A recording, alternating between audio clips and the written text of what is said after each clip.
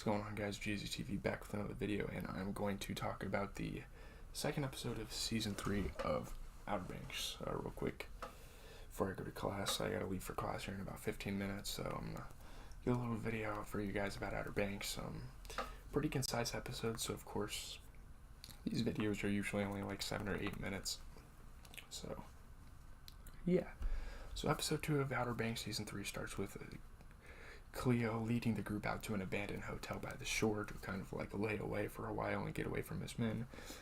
Carlos's men are still after them, but they manage to evade detection and try to come up with a new plan to get Key out.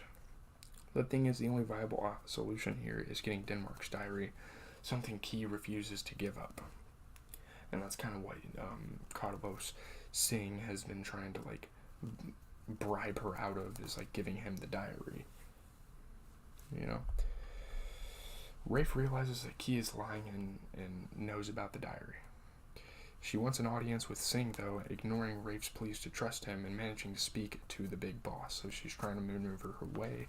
She's trying to get the guards to get her to talk to Carlos about it.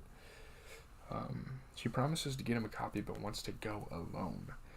Seeing chuckles incredulously and looks set to lash out at Key until his phone buzzes. Like, he's about to go after her, full on, like, attack her in the middle of the episode. But then his phone rings, and yeah. JJ managed to steal Jimmy's phone last episode too, and unknowing that the guy's dead, messages Carlos saying to strike up a deal. Now, they obviously make a mistake because as an audience, we know that Jimmy is dead, and that there's no way he could have captured some teenagers. Carlos literally took him out back. Key and Rafe were in the house, and they pretty much witnessed it. Took him out back and shot and killed him. He writes that he's captured Sarah and John B. Carlos plays along, but tracks the phone and finds a location. He wants to play along. He wants this to go down smoothly.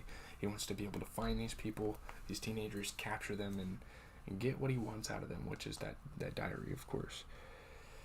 JJ tries to turn things in their favor, deciding to booby-trap the area to get the jump on the soldiers. It is kind of funny, though. Like, they show, like, a picture of John B. and Sarah getting captured. It's kind of funny. Like, there's, like, this evil villain of Carlos Singh, and he's like, I already knew that you're dead. Like, you can't text me, bro. It works well with only 2 soldiers set inside, and JJ managing to get the jump quite literally on the soldiers. Yeah, I mean, the plan works, and I don't know why Carlos Singh would even show up, honestly. I mean, I know he knows the location of the teenagers and he wants to capture them all, but they have the upper hand. They have the high ground.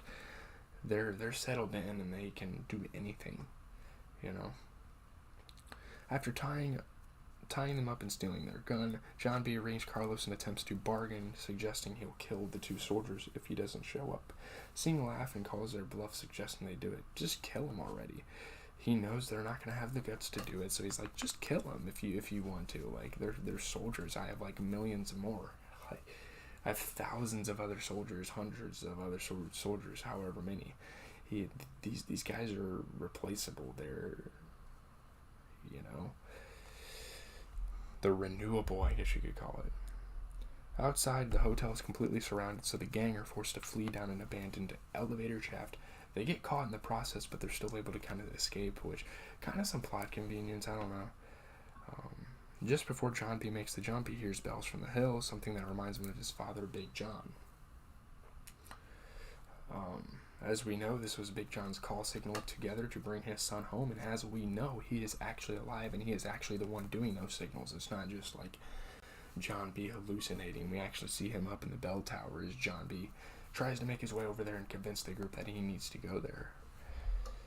The kids make it out of the hotel and evade the surprisingly weak security detail around the area. Yeah, I don't know. It is kind of convenient that there's hardly any security guards on the back end by the time they get out of the building. At the same time, Rafe and Key work together and outsmart the security guard outside the door of the complex, managing to find their way out the bedroom. So they're escaping, and all the while the other group is escaping, and they're trying to kind of reunite. That's kind of like the goal of the episode, I guess, is to kind of regroup and figure out just how they're going to take on Singh and get him out of their lives, you know. In fact, they make it out the compound too, stowing away on a truck outside. They jump in like this truck with a bunch of hay bales, kind of like the immigrant trucks. Those looking things. I don't know. I don't know if that's what you call them. It's kind of like the immigrant truck from Breaking Bad. I don't know what kind of truck it was supposed to be, but they like beat the guy up on the truck and throw him out of it. Rafe manages to get Key a boat, but she double crosses him and takes off alone, intent on finding John B and the others, which that was kind of a dumb move, honestly. I'm not really sure why she did that. He helped her, and then all of a sudden she just kicked him off the boat. Like, obviously, I don't really like Rafe that much. He's obviously supposed to be like a partial antagonist. He's supposed to be like a heel character that you don't like that much. But he helped her out, and then she just kicked him off the damn boat.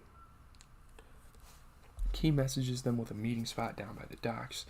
JJ goes in first, untrusting given they've been double-crossed before. JJ's got the biggest balls of the group. He's like, yeah, I'm gonna do this. However, it actually happens to be Key in the group is reunited again. So we kind of find a resolution there. John B refuses to go with him until he's checked out the church first. He's got to make sure that's not his father actually calling his name. Sarah gives him the green light to go, and he jumps off and heads up the marina. Everyone's like, what the hell is going on? That's probably just as well as Carlos Singh's men show up at the harbor and try to capture them.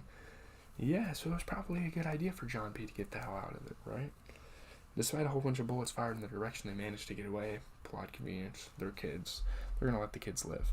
As for John B, he shows up at the church unaware of everything that's happened, praying that the bells are a sign of his father still alive. He has absolutely no regard for his friend group whatsoever. He just wants to see what's at the church bells.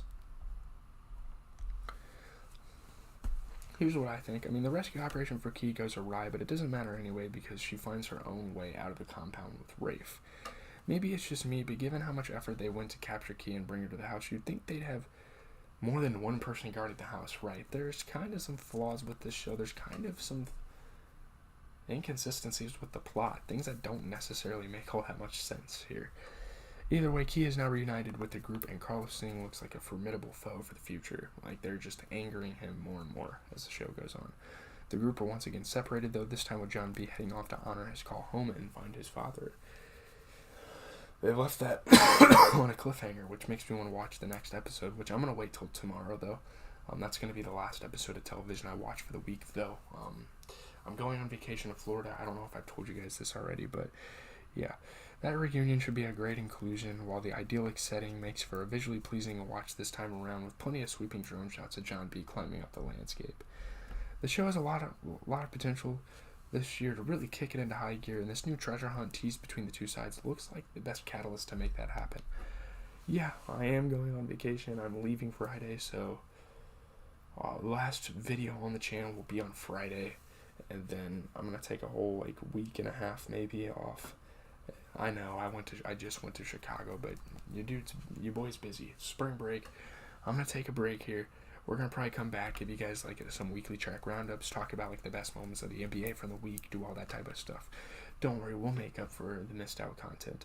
If there's new music, I'll have to react to it sometime in the next weeks. I don't know. I don't think any new artists are supposed to be dropping anytime soon. By the way, Don Tolliver video, I am more than halfway done editing the video, so that should be done. That should be out for you guys very soon.